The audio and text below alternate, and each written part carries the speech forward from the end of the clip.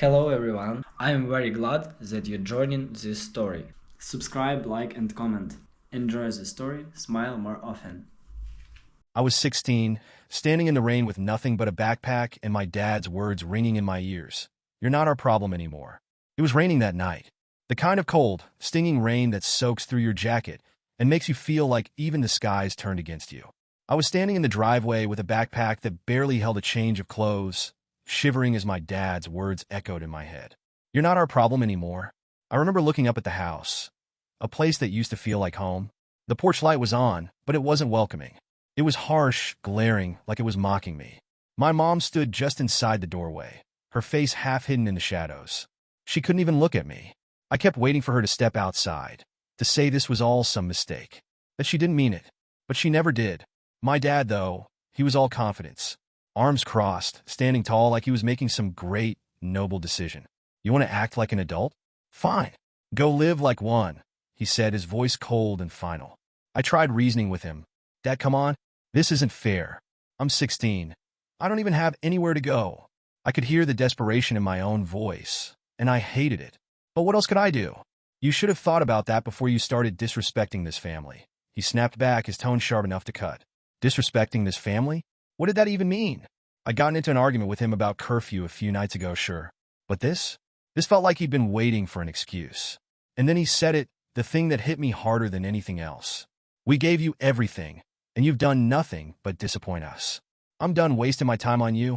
I looked over at my mom again. She was my last hope. Mom, please. You don't have to listen to him. Just let me stay tonight. I'll figure something out tomorrow, I promise. Her shoulders stiffened like she was bracing herself, but she didn't move. Didn't say a word. You heard your father, she finally muttered, her voice so quiet I barely caught it over the rain. It felt like the ground had been ripped out from under me. My own mother, my mom, who used to hug me when I scraped my knees, who used to bake me cookies on my birthday, was siding with him. Fine, I said, my voice breaking despite my best efforts to keep it steady. If that's how you feel, I'll go. But don't expect me to come crawling back when you change your mind. My dad laughed, actually laughed. Oh, we won't, he said, smug as ever. I turned and walked down the driveway, my sneakers splashing in the growing puddles.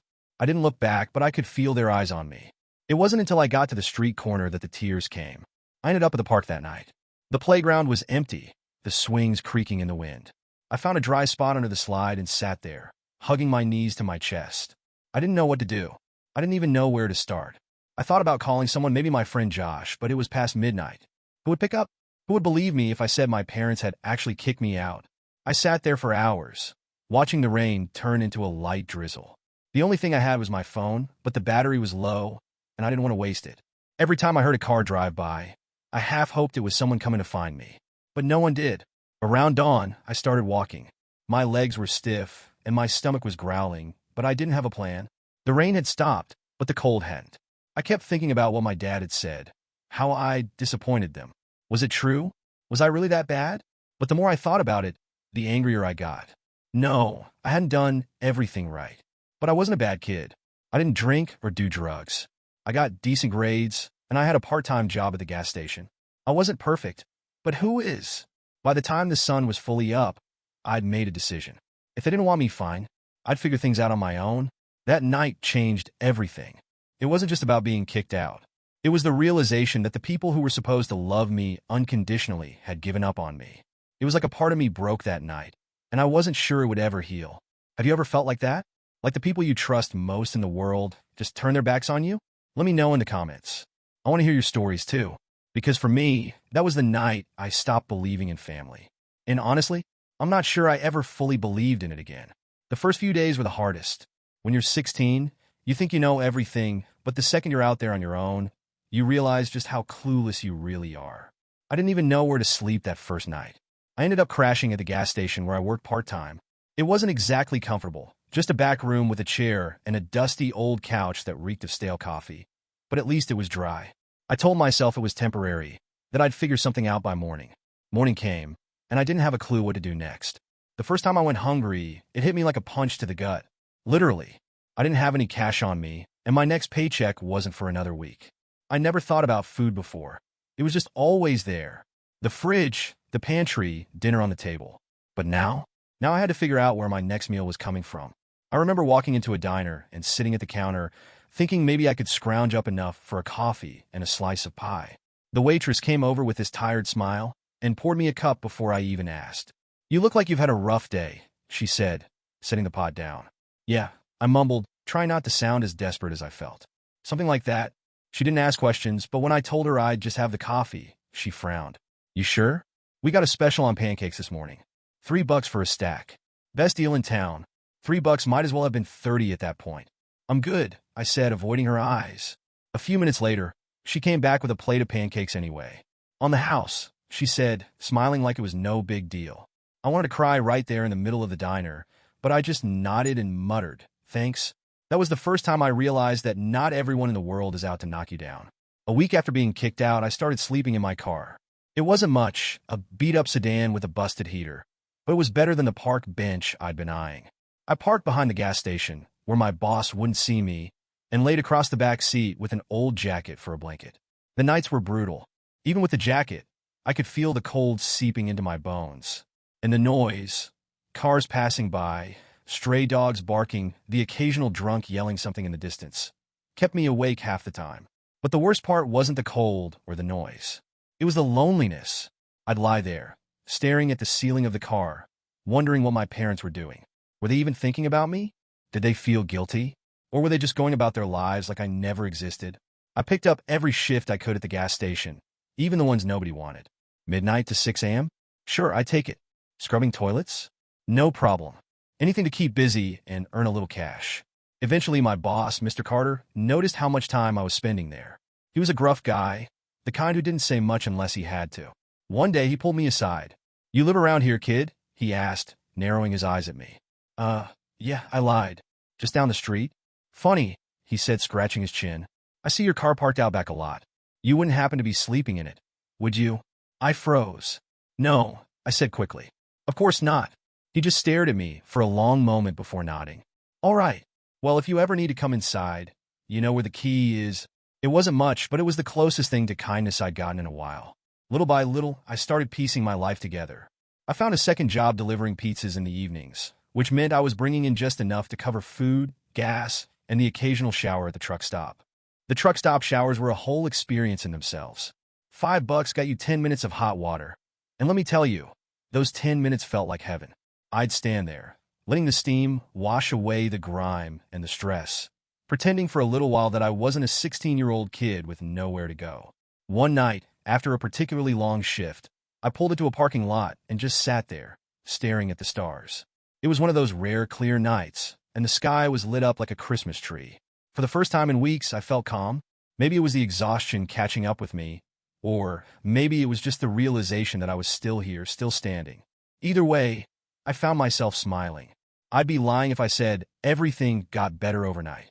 There were still plenty of days when I felt like giving up, when the weight of it all felt too much to bear. But those small moments, like the pancakes at the diner, or Mr. Carter leaving the key for me, or even just the stars on a clear night, kept me going. They reminded me that no matter how bad things got, there was always a little bit of light if you looked hard enough. Have you ever hit rock bottom and found kindness in the most unexpected places? Let me know in the comments. I think stories like that matter. Because for me, those little acts of kindness were the difference between giving up and fighting to survive. And as tough as those days were, they taught me something I'll never forget. Sometimes, the smallest gestures can have the biggest impact. It wasn't easy, but eventually, I started to claw my way out of the hole I'd been thrown into.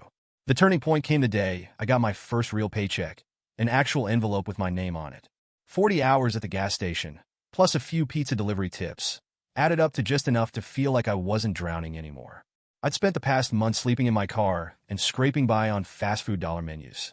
Now, for the first time, I felt like I could breathe. It wasn't much, but it was mine. That paycheck was proof that I could survive on my own, even if the world had tried to tell me I couldn't. I decided to look for a place to live. Not a house. Obviously, I wasn't dreaming that big yet, but something more stable than the back seat of my beat-up car. I scoured Craigslist and local bulletin boards, checking every ad that said cheap rent or room for rent. Most of them were way out of my budget, but eventually, I found something, a tiny studio apartment on the edge of town. When I say tiny, I mean it. The place was barely bigger than the storage closet at the gas station. The carpet was a dull gray, The walls were scuffed, and the bathroom's sink dripped constantly. But it had 4 walls, a roof, and, best of all, a door I could lock. The landlord, Mrs. Ramirez, was this little old lady who seemed more concerned about whether I'd keep the place clean than whether I could pay the rent. When I told her I worked 2 jobs and didn't have much free time, she smiled and said, "Good. Less chance you'll throw parties and trash the place." She handed me the key, and just like that, I had a home again.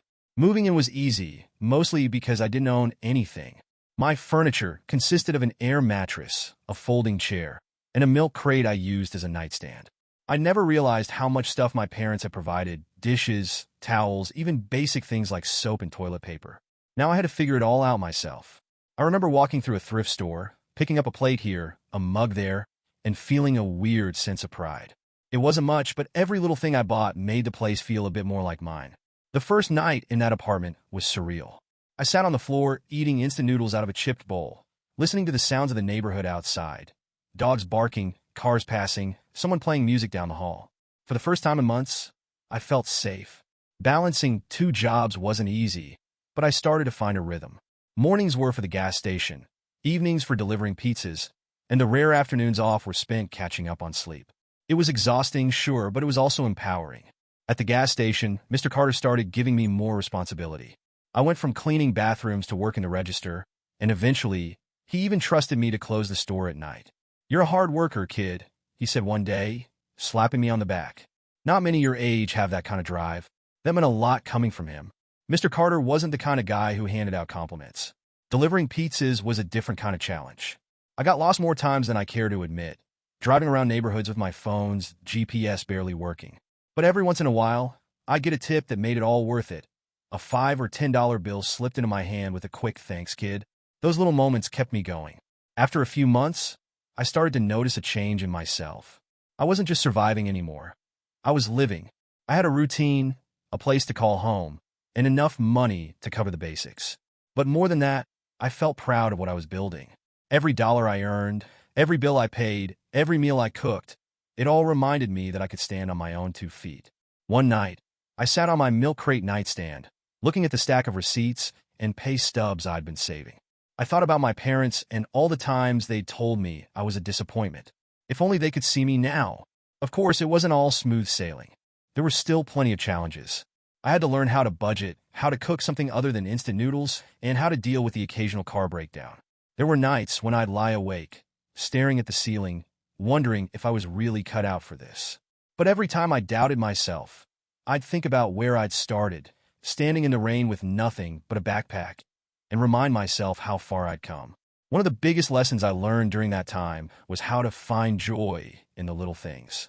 Like the first time I bought a Real bed, or the day I finally saved enough to fix my car's heater, or the time I treated myself to a burger and fries at that same diner where the waitress had given me free pancakes. She was still there, still pouring coffee and chatting with customers. When she saw me, she smiled and said, "You're looking better these days." "Thanks," I said, sliding into a booth. "I think I'm finally getting the hang of this whole adulting thing." She laughed. "Don't let it fool you. None of us know what we're doing. We just fake it till we make it." Looking back, those early days in the apartment were some of the hardest and most rewarding of my life. Every challenge I faced, every small victory I earned, taught me something about myself. I wasn't just surviving anymore. I was building a life. Have you ever had a moment where you realized you were stronger than you thought? Drop your story in the comments. I'd love to hear it. Because for me, that little studio apartment wasn't just a place to live. It was proof that I could make it on my own, and no matter what happened next, no one could take that away from me. Years passed, and life moved on. For me, at least. I worked my way up from the gas station and pizza delivery gigs, eventually landing a stable job at a logistics company. The hours were long, but the pay was good, and I was finally in a place where I didn't have to worry about every dollar. I rented a decent apartment, bought a used but reliable car, and even managed to save a little. It wasn't a glamorous life, but it was mine. I'd built it from the ground up, piece by piece, and I was proud of it. I hadn't heard from my parents in years. At first, I used to wonder if they thought about me or regretted what they'd done. But over time, I stopped asking myself those questions. It was easier that way. Then, out of nowhere, I got the call. It was a Tuesday, late afternoon, and I was wrapping up a meeting when my phone buzzed. I almost ignored it, but something made me glance at the screen. The number wasn't saved in my contacts, but it looked vaguely familiar. Hello. I answered, a little distracted. There was a pause, and then a voice I hadn't heard in years. It's your mother. I froze. For a second, I thought maybe I'd imagined it. Her voice sounded different, tired, shaky, like it had aged decades in the time we'd been apart. What do you want? I asked, my tone sharper than I intended. She hesitated. We need to talk. It's about your father. I didn't agree to meet her right away. Part of me wanted to hang up and never think about it again. But curiosity, or maybe something deeper, got the better of me. A week later, I found myself sitting in a dingy diner across from the woman who used to be my mom. She looked older, frilier than I remembered. Her hair was streaked with gray, and there were dark circles under her eyes. She smiled when she saw me, but it didn't reach her eyes. Thanks for coming, she said quietly, stirring sugar into her coffee. I shrugged. You said it was important. She nodded, her hands trembling slightly as she set the spoon down. Your father's not doing well. His health has been declining. The doctors say it's his heart. And she paused, swallowing hard. We've fallen on hard times. We lost the house last year. He made some bad investments, and well, everything's gone. The words hit me like a slap. These are the people who told me I was not their problem anymore, who turned their backs on me when I needed them most. And now they wanted me to care about their problems? Why are you telling me this? I asked, my voice low and controlled. She looked up at me, her eyes glistening. Because we need help. I don't know what else to do. You're our son. I cut her off with a bitter laugh. Your son? You got a funny way of showing it. Her face crumpled, and for a moment, I felt a pang of guilt. But then I remembered standing in the rain all those years ago, watching her turn away from me. She tried to explain, to justify what had happened. She said my dad had been under a lot of pressure back then, that he thought kicking me out would teach me responsibility. You could have stopped him, I said, my voice trembling with anger. You could have said no, but you didn't. You let him throw me out like I was trash. Tears welled up in her eyes, and she nodded. You're right. I should have done more. I should have fought for you. But I was scared and I didn't know how. Her words hung in the air, and for a moment I didn't know what to say. I'd spent years imagining this conversation, rehearsing all the things I'd say if I ever saw her again. But now that it was happening, I just felt tired. Then came the part I'd been dreading. We're out of options, she said, her voice barely above a whisper. Your father needs medical treatment, and we can't afford it. I know we don't deserve it, but is there any way you could help? I stared at her, my mind racing. Help? After everything they'd put me through? The idea felt absurd. I don't owe you anything, I said finally, the words sharp and bitter. You made it clear a long time ago that I was on my own. So why should I care what happens to you now? Her face crumpled, and for a moment, I thought she might break down completely. But she just nodded, her hands twisting nervously in her lap. You're right, she said quietly. We don't deserve your help. I had to ask. I left the diner feeling like I'd been punched in the gut. Part of me wanted to just walk away and never think about them again. They'd made their choice all those years ago, and now they were paying the price. But another part of me, smaller, quieter, wasn't so sure. The next few days were a blur. I couldn't stop thinking about that conversation, about the look on her face when I told her I didn't owe them anything. She wasn't wrong. They didn't deserve my help. But did that mean I shouldn't give it? I thought about everything I'd been through since they kicked me out. The nights I spent hungry and cold, the endless hours of work, the small victories and hard-won independence. I'd built a life for myself, one they had no part in. But now they were at rock bottom, just like I'd been. And whether I liked it or not, they were still my parents. Have you ever had to face someone who hurt you and decide whether to help them or let them face the consequences? It's not an easy choice. Let me know in the comments. I'd love to hear your perspective. For me, that moment felt like standing at a crossroads. No matter which path I chose, I knew it would change everything. After that meeting with my mom, my mind felt like a battlefield. No matter what I did, I couldn't shake the conversation or the weight of a request. It wasn't just about the money or the help she was asking for. It was about everything that had happened between us. Every memory, every hurt, every question I'd been carrying for years came flooding back all at once. I started going over my childhood in my head, trying to make sense of it all. Was I remembering it right? Had things always been this complicated? When I was a kid, I thought we were a normal family. My dad worked long hours at some finance job I barely understood, and my mom stayed home, running the house like clockwork. Dinners were on the table at 6 sharp. Saturdays were for yard work and chores, and Sundays were church and pancakes. There were good times. I could still picture my dad teaching me how to ride a bike in the driveway, his hand steady on the seat as he ran beside me. I remember my mom sitting at the kitchen table, helping me with my math homework, even though she hated math. For a while, it was easy to believe that life would always stay like that, simple and safe. But the cracks started to show as I got older. My dad's temper, which used to flare up only occasionally, became a constant presence. He'd come home from work tired and irritable, snapping at everyone over the smallest things. My mom, who'd always seemed so strong, started retreating into herself, like she was trying to disappear. I didn't understand it at the time, but looking back, it's clear my dad had always been the one in control. He made the decisions, set the rules, and expected everyone to fall in line. And my mom? She just went along with it. The night they kicked me out was the turning point, but it wasn't the beginning of the end. That had started long before. I kept replaying that moment in my head. The rain, my dad's cold, smug expression, and my mom standing in the doorway, silent and still. The betrayal I felt wasn't just about what they did that night. It was about everything they hadn't done leading up to it. They hadn't listened to me when I tried to explain myself. They hadn't stood up for me when I needed them. And they hadn't cared enough to make things right. As I sat in my small, comfortable apartment, surrounded by the life I'd built for myself, I couldn't help but wonder, was I wrong to feel this way? I'd spent years telling myself I didn't need them, that I was better off without their support. And for the most part, I believed it. But now that they were the ones asking for help, I felt like I was being tested. If I turned them away, would I be proving a point or just repeating their mistakes? If I helped them, would I be betraying everything I'd worked so hard for? I kept going back to one memory, one I hadn't thought about in years.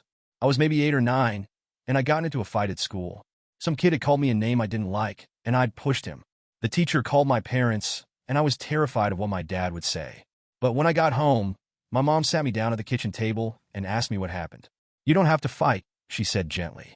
"You can walk away. But if you ever have to stand up for yourself, you make sure you do it with your head held high." That moment stuck with me. Even as I grew older and our relationship grew more strained. It was one of the only times I felt like she really saw me, like she believed in me.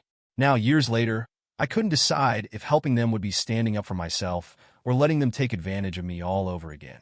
I talked to a couple of close friends about it, hoping they'd have some kind of answer. "Dude, they kicked you out," my friend Josh said bluntly. "They don't deserve your help. They didn't care about you when you needed them. So why should you care about them now?" He wasn't wrong, but something about the simplicity of his answer didn't sit right with me. Another friend, Mia, had a different perspective. "Sometimes helping someone isn't about them," she said. "It's about you. If helping them would bring you peace, then maybe it's worth it. But if it's going to destroy you, then don't do it." Her words hit me harder than I expected. Was this about them, or was it about me? I spent the next few nights lying awake, staring at the ceiling and wrestling with the question. On one hand, I'd worked so hard to build a life for myself, to prove that I didn't need them. Helping them now felt like erasing all of that, like giving them permission to hurt me again. On the other hand, there was a voice in the back of my mind whispering, "You're not like them. You don't have to be like them." I wasn't sure what scared me more, the thought of helping them or the thought of not helping them. Have you ever faced a decision that felt impossible? One where no matter what you chose, it felt like you were losing something important? I kept thinking about that memory of my mom at the kitchen table, telling me to stand up for myself with my head held high. Maybe this decision wasn't about proving anything to them. Maybe it was about proving something to myself. But what was the right answer? The more I thought about it, the more I realized there wasn't one. No matter what I decided, the past wouldn't change. But the future? That was still up to me. For the first time in a long time, I wasn't sure I was ready to face it. When I pulled into the parking lot of the hospital, my hands were gripping the steering wheel so tightly my knuckles turned white. I wasn't even sure why I'd agreed to come. Maybe I just wanted answers. Or maybe, deep down, I needed to see the people who had shaped so much of my life for better or worse. Walking through those automatic doors, I felt a wave of unease wash over me. Hospitals always smelled like antiseptic and something faintly metallic, like the air itself was trying to keep emotions at bay. I followed the directions my mom had given me, each step heavier than the last. When I reached the room, I paused. Through the window, I could see my father lying in the bed, tubes and monitors hooked up to him. He looked smaller than I remembered, frail even, but there was still a sharpness to his expression that made my stomach twist. My mom sat in a chair beside him, her shoulders hunched, her hands clasped tightly in her lap. I knocked lightly on the doorframe, and my mom's head snapped up. "You came," she said, her voice filled with a mixture of relief and nervousness. "Yeah," I said flatly, stepping inside. The silence was unbearable. My mom motioned for me to sit, but I stayed standing. My father's eyes fluttered open, and when he saw me, his face twisted into something between surprise and discomfort.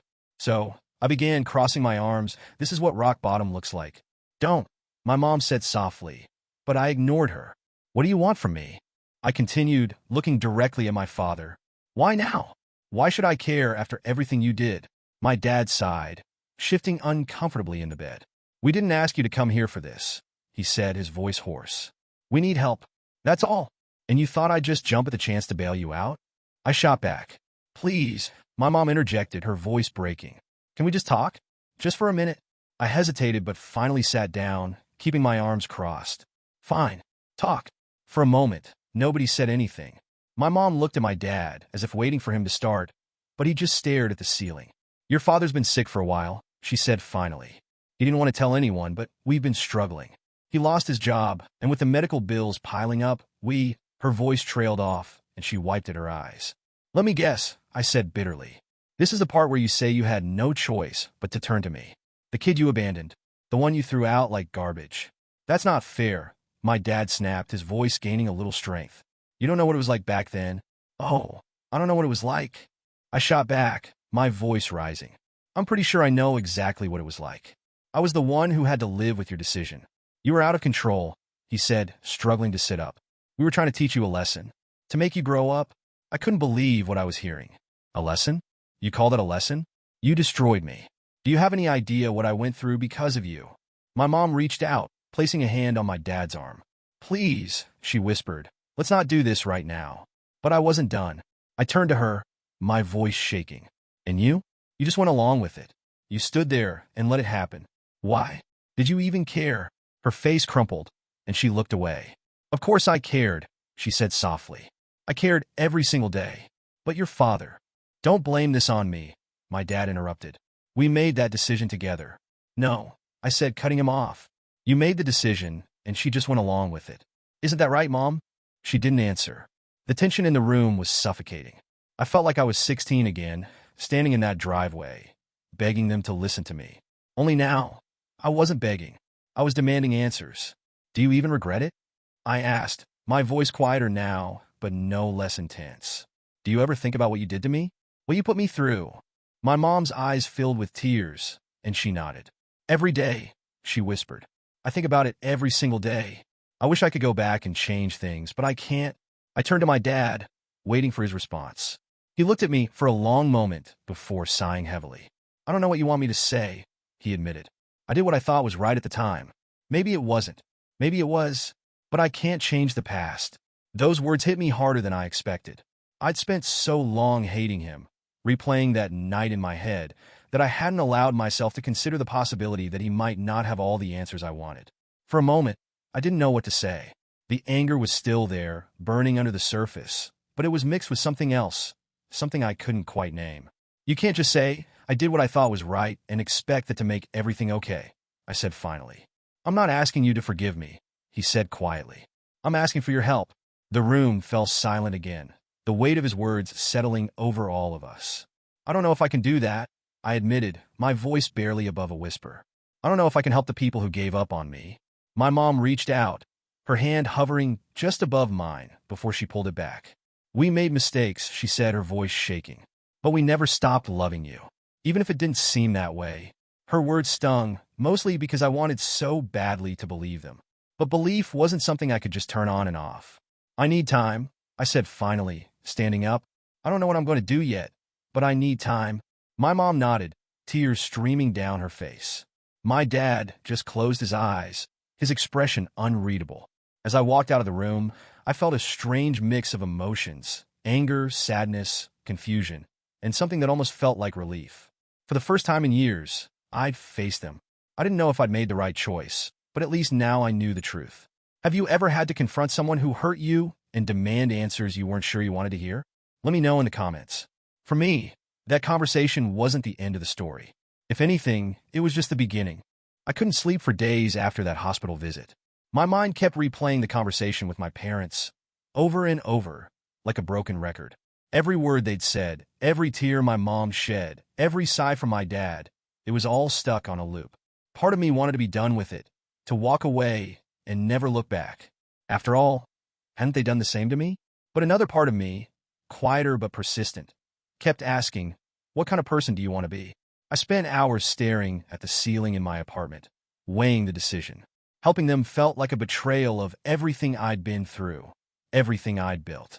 But refusing felt wrong, like it would cement me as someone I didn't want to become. One night, I sat down with a notebook and made 2 columns, reasons to help and reasons not to help. The reasons not to help list came easily. They abandoned me. They don't deserve my help. I don't owe them anything. It could drain my savings and set me back. But when I started on the reasons to help column, I found myself staring at the page for a long time. Finally, I wrote, it's the right thing to do. I'm not like them. Maybe it'll bring me peace.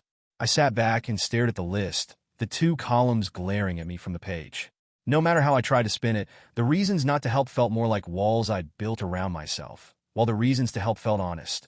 The next day, I called Mia, the friend who always seemed to have a way of cutting through the noise. I explained the situation, my internal conflict, and my growing frustration with not knowing what to do. Look, she said after a long pause, there's no perfect answer here, but I think you already know what you want to do. You just don't want to admit it because you're scared of what it might mean. Scared? I repeated, feeling defensive. Of what? Of forgiving them, she said bluntly. Of letting go of the anger that's been driving you all these years. Her words hit me like a punch to the gut. She was right. I had been scared. Letting go of that anger felt like losing a piece of myself, like losing the armor I'd built to protect myself from the world. Just do what feels true to you, she added. Whatever choice you make sure it's one you can live with. In the end, that was what it came down to, figuring out what choice I could live with. I spent the next few days crunching numbers, trying to figure out what kind of help I could realistically offer without jeopardizing my own stability. I wasn't in a position to solve all their problems, but maybe I didn't have to. Finally, I made my decision. When I walked back into the hospital room, my mom looked up, her eyes filled with a mix of hope and fear. My dad was asleep, his face pale and drawn, but his presence still felt heavy in the room. I've been thinking, I said, keeping my voice steady. I can't fix everything for you. I'm not going to drain my savings or put my life on hold, but I'll help where I can. My mom's eyes widened, and she opened her mouth to speak, but I held up a hand. This doesn't mean everything's okay, I continued.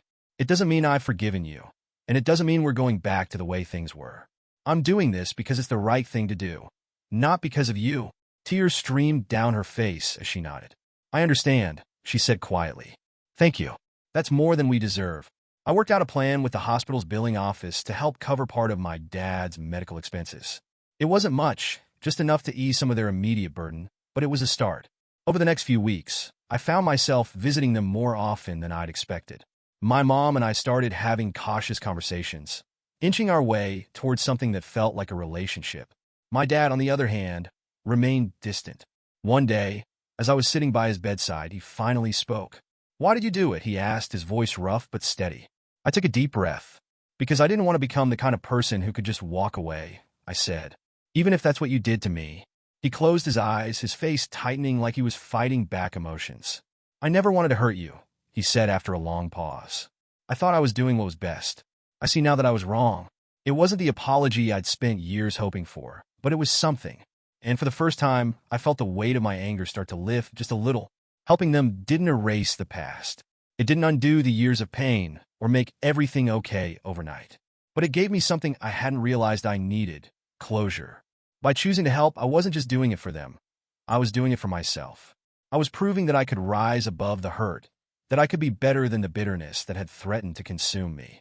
Have you ever had to make a decision that forced you to confront your own values? One that felt like it would shape who you are for the rest of your life?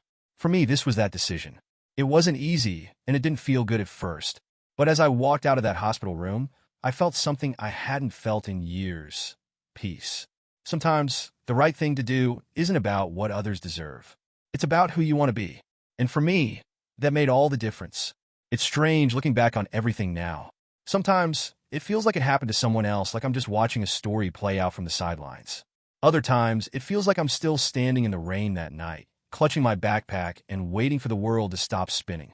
But no matter how much time has passed, one thing is clear. That moment, that betrayal, shaped everything that came after. After helping my parents, I didn't feel the relief I'd expected. If anything, it stirred up more questions than answers. What did it mean to forgive someone? Was forgiveness even possible when the scars were still so fresh? Some days I felt like I'd done the right thing, like I'd proven to myself that I could rise above the anger and hurt. Other days, I wondered if I'd let them off too easily, if I'd betrayed myself by offering them grace they didn't deserve. The truth is, I don't think there's a single answer to those questions. Life doesn't wrap itself up neatly, no matter how much we might want it to. What I do know is this: everything I went through, the pain, the struggle, the loneliness, it changed me. For better or worse, it made me who I am today. When I was 16, standing on that driveway, I thought I'd been abandoned. I thought my parents had taken everything from me. But looking back, I see that what they did gave me something they never intended: strength. I learned how to survive on my own, how to fight for what I wanted, how to find joy in the smallest things. I learned that I didn't need anyone else to define my worth or determine my path. But I also learned how deeply betrayal can cut, how hard it is to trust again once that trust has been shattered. Even now, I struggle to let people get close to me. There's always that voice in the back of my head whispering, what if they leave? What if they hurt you too? After my dad's health started to improve, my visits to my parents became less frequent. I'd stop by once in a while to check in, to drop off groceries, or make sure the bills were being paid. My mom would always greet me with a cautious smile, like she was afraid I'd disappear again. My dad and I spoke even less. He seemed to accept my help grudgingly, as though admitting he needed it was more painful than the illness itself. I don't think we ever fully reconciled. One day, as I was leaving their apartment, my mom stopped me at the door. "Thank you," she said quietly, her eyes searching mine. "For what?" I asked. "For giving us a second chance," she said. "For being better than we were." I didn't know how to respond to that. I just nodded and left. The thing about second chances is that they're not always clean or easy. They're messy, filled with awkward conversations and unspoken tensions. But they're also a choice to try, even when it feels impossible. Helping my parents didn't fix everything. It didn't erase the hurt or magically make us a happy family again. But it gave me a chance to rewrite the story, to take control of my own narrative. Sometimes late at night, I think about what might have been. If they hadn't kicked me out, would I still have ended up here? Would I still be the person I am today? It's impossible to say. All I know is that every decision, every heartbreak, every small victory led me to this moment. I don't know what the future holds. Maybe I'll find a way to fully forgive them someday. Maybe I won't. Maybe our relationship will grow into something better, or maybe it'll always be strained. But for now, I'm okay with the uncertainty. Have you ever wondered if the pain you've been through was necessary to get you where you are? Do you think you'd be the same person without it? For me, the answer is complicated. I hate what my parents did to me, but I can't deny that it shaped me. It pushed me to grow, to fight, to build a life on my own terms. Maybe that's the bittersweet truth about life. The things that break us are often the same things that make us. As I sit here, writing this, I'm still figuring it all out. I don't have all the answers, and I don't think I ever will. But I've learned that it's okay not to have everything figured out. Life is messy, unpredictable, and sometimes downright unfair. But it's also beautiful in its own way. So, did I make the right choice? I don't know. Maybe I did. Maybe I didn't. But I made the choice I could live with. And for now, that's enough. What would you have done? Would you have helped them? Or would you have walked away? Let me know in the comments. I want to hear your stories, your struggles, your triumphs. Because at the end of the day, we're all just trying to find our way through the chaos one step at a time.